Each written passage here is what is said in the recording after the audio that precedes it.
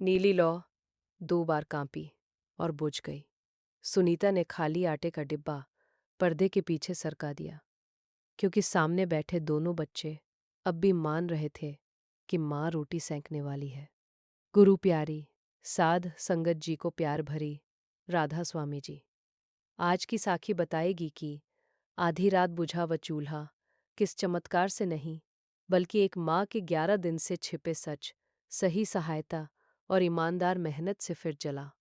सुनीता जालंधर के पास किराए के 2 कमरों में बेटी पलक और बेटे अंश के साथ रहती थी। सुबह घरों में सफाई और शाम को सिलाई करके खर्च चलाती। उस सप्ताह 2 घरों ने काम रोक दिया था। स्कूल का मध्याह्न भोजन भी छुट्टियों के कारण बंद था। मकान का किराया 5 दिन से बाकी था और सुबह बच्चों की परीक्षा थी। उसने पानी में थोड़ा नमक डालकर कहा, आज पेट ठीक नहीं, हल्का ही खाएंगे। तभी फोन चमका। 5 मिनट में कर्ज, कोई कागज नहीं, बस पहचान पत्र, संपर्क सूची और फोटो की अनुमति चाहिए थी। रकम इतनी थी कि राशन आ जाता, मगर नीचे छोटे अक्षरों में 7 दिन बाद लगभग दुगुनी वसूली और देर पर संपर्कों को संदेश भेजने की शर्त थी। पलक ने पूछ लिया, माँ, रोटी की खुशबू क्यों नहीं आ रही? सुनीता का अंगूठा अनुमति वाले बटन पर रुक गया।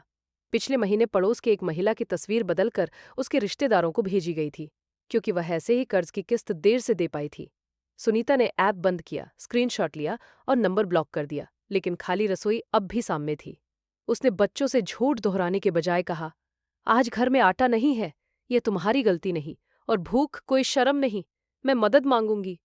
अंश की आंखें भर आई, पर पलक ने स्कूल बैग से बिस्कुट का आधा पैकेट निकाला जो उसने परीक्षा के बाद के लिए बचाया था। तीनों ने बांटा। सुनीता ने बच्चों से यह भी कहा कि वे स्कूल में किसी अनजान व्यक्ति से भोजन या पैसे लेकर उसके साथ कहीं न जाएं। जरूरत हो तो शिक्षिका या नामित रिश्तेदार को बताए। संकट में सहायता जरूरी थी, लेकिन बच्चों की सुरक्षा और स्पष्ट संपर्क उससे भी जरूरी थे। सुनीता ने रात में केवल 2 लोगों को संदेश भेजा, स्कूल की शिक्षिका मीनाक्षी और सत्संग घर की लंगर सेवा संभालने वाली निर्मला बहन।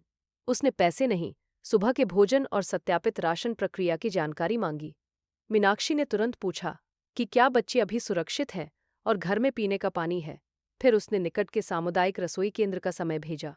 सुबह निर्मला बहन आई तो उसके हाथ में केवल भोजन के डिब्बे नहीं, एक सूची थी। राशन कार्ड में परिवार का पता पुराना था, इसलिए सुनीता का अनाज अटका था। सुधार के लिए मकान मालिक का प्रमाण चाहिए था, वही मकान मालिक जो बाकी किराए पर कल ताला लगाने की धमकी दे चुका था। मकान मालिक ने पहले हस्ताक्षर से इनकार किया, बोला, किराया दो, फिर कागज मिलेगा। सुनीता ने बहस नहीं की। उसने पुरानी रसीदें, बच्चों के स्कूल पत्र और किराएदारी के संदेश जमा किए। मीनाक्षी ने जिला सहायता केंद्र का वैध विकल्प बताया, जहां निवास का दूसरा प्रमाण स्वीकार होता था। किसी ने नियम तोड़ने का वादा नहीं किया। उसी दिन सामुदायिक रसोई से 2 भोजन मिले और स्कूल ने छुट्टी के दौरान जरूरतमंद परिवारों के लिए सूखा राशन वितरण बताया। सुनीता ने जितना मिला उतना ही दर्ज किया। उसने बच्चों से कहा कि ये दान का बोझ नहीं, कठिन समय की सुरक्षित पुलिया है। लौटकर वे भी किसी की मदद करेंगे। संगत जी, यदि भूख से जूझते घर की ये सच्चाई मन को छुए तो वीडियो को लाइक कीजिए और किसी ऐसे भाई बहन तक भेजिए जिसे सत्यापित सहायता की जानकारी चाहिए। सहायता मांगना हार नहीं, गलत कर्ज से बचकर सही दरवाजा खटखटाना साहस है। निर्मला बहन ने सुनीता की बनाई सादी दाल चखी और बोली कि पास की दवा दुकान के 4 कर्मचारी घर का टिफिन खोज रहे हैं। सुनीता खुश हुई, फिर रुक गई। गैस खाली थी, बर्तन कम थे और अकेले काम में वही संकट लौट सकता था। तभी आंगन की 3 और महिलाओं ने साझे टिफिन का प्रस्ताव रखा। पहली बैठक में ही झगड़ा हो गया। पैसा किसके खाते में आएगा, मेहनत किसकी गिनी जाएगी और नुकसान कौन उठाएगा? सुनीता ने पुराने धुएं लगे नुस्खों की कॉपी खोली और पीछे खाली पन्ने पर नियम लिखे। हर खरीद की रसीद, हर महिला के काम के घंटे, अलग समूह खाता, साप्ताहिक हिसाब और बीमारी पर बदलने वाली ड्यूटी।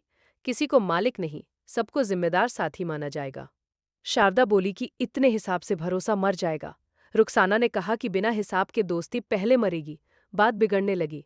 सुनीता 5 मिनट बाहर गई, धीमे सिमरन के साथ सांस संभाली, फिर लौटकर बोली, भरोसा आंख बंद करना नहीं, हिसाब ऐसा रखना है कि किसी बहन पर शक करने की नौबत ही ना आए। उन्होंने 4 टिफिन से शुरुआत की। पहली कमाई से कर्ज नहीं बांटा। पहले गैस, अनाज और अगले दिन की लागत अलग रखी। बची राशि काम के घंटों के अनुसार बांटी। सुनीता ने बच्चों को भी समझाया कि दुकान की पूरी रकम घर की कमाई नहीं होती। निर्मला बहन ने उन्हें हाथ धोने, पके भोजन का समय लिखने, साफ पानी रखने और एलर्जी या विशेष भोजन का दावा बिना जानकारी न करने की सूची दी। समूह ने सेवा भाव के नाम पर स्वास्थ्य नियम हल्के नहीं लिए। हर डिब्बे पर पकाने का समय और संपर्क नंबर लिखा गया। तीसरे दिन सब्जी मंडी के व्यापारी ने बहुत सस्ता तेल और मसाला देने का वादा किया। डिब्बों पर तारीख धुंधली थी। तेल से अजीब गंध आ रही थी। उसने कहा, ग्राहक को क्या पता चलेगा, मुनाफा 2 गुना होगा। उसी शाम मकान मालिक किराया मांगने आ गया। सस्ता माल लेने से घर बच सकता था, पर किसी और के घर का भोजन असुरक्षित हो जाता। सुनीता ने माल लेने से इनकार किया और व्यापारी की बात बिना प्रमाण के सार्वजनिक नहीं फैलाई। उसने खाद्य लेबल की तस्वीर रखी, अधिकृत दुकान से छोटा पैकेट खरीदा और ग्राहकों को उस सप्ताह सीमित मेनू बताया। मुनाफा कम हुआ, मगर भोजन पर समझौता नहीं हुआ। किराए के लिए पूरी रकम फिर भी नहीं बनी। सुनीता मकान मालिक के पास लिखित भुगतान योजना लेकर गई। आज एक हिस्सा, बाकी 2 निश्चित तारीखों पर। उसने सामुदायिक सहायता का नाम दबाव के लिए नहीं लिया। मकान मालिक ने कड़े स्वर में चेतावनी दी, लेकिन रसीद देकर योजना मान ली। घर लौटकर उसने स्कूल फीस, किराया, राशन और समूह की लागत 4 अलग पन्नों पर लिखी। बच्चों की दवा और भोजन को पहले रखा, दिखावे के खर्च रोक दिए और किसी एक बड़े ऑर्डर को भविष्य की निश्चित कमाई मानकर उधार नहीं लिया। छोटा बजट भी मन की धुन साफ कर रहा था। रात में सुनीता बाबाजी की तस्वीर के सामने बैठी। उसने अरदास की, मालिक, मेरे बच्चों की भूख को झूठ और बेईमानी का बहाना मत बनने देना। सहायता मिले तो नम्र रखना, काम मिले तो साफ रखना। सिमरन ने रकम नहीं बढ़ाई, पर अगले दिन का सच देखने की शक्ति दी। अगले सप्ताह एक स्थानीय कार्यालय ने 20 टिफिन का परीक्षण आदेश दिया। महिलाओं ने खुशी में बर्तन उधार लिए। वितरण से आधा घंटा पहले रुखसाना की बेटी गिरकर घायल हो गई और उसे क्लिनिक जाना पड़ा।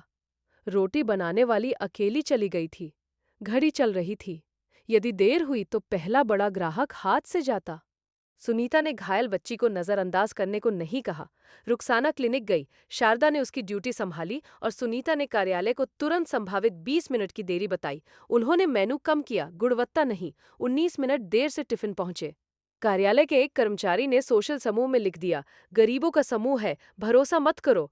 सुनीता ने गरीबी पर बहस नहीं की। उसने देरी स्वीकार की, कारण की निजी जानकारी छिपाई, वितरण समय दिखाया और प्रभावित ऑर्डर पर उचित छूट दी।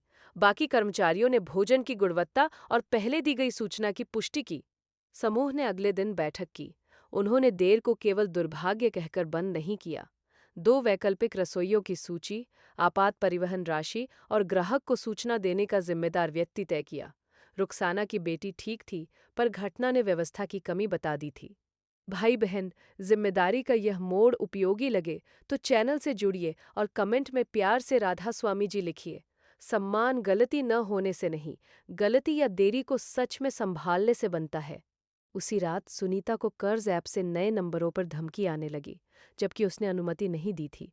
जांच में पता चला कि उसने महीनों पहले एक नकली नौकरी फॉर्म में पहचान की तस्वीर डाली थी और वही डेटा बेचा गया था। मीनाक्षी ने उसे साइबर शिकायत पोर्टल, बैंक सतर्कता और पहचान दस्तावेज पर उद्देश्य लिखकर देने की आदत समझाई। शिकायत दर्ज हुई, पर फोन बंद नहीं हुए। तभी कार्यालय ने 3 महीने का टिफिन अनुबंध भेजा। शर्त थी कि बिल पर 40 टिफिन दिखेंगे, जबकि रोज केवल 30 जाएंगे। अतिरिक्त रकम किसी अधिकारी से बांटनी थी। सुनीता ने झूठा बिल अस्वीकार कर दिया। समूह की 2 महिलाएं घबरा गईं। इतने बड़े काम के बिना किराया और फीस कैसे निकलेगी?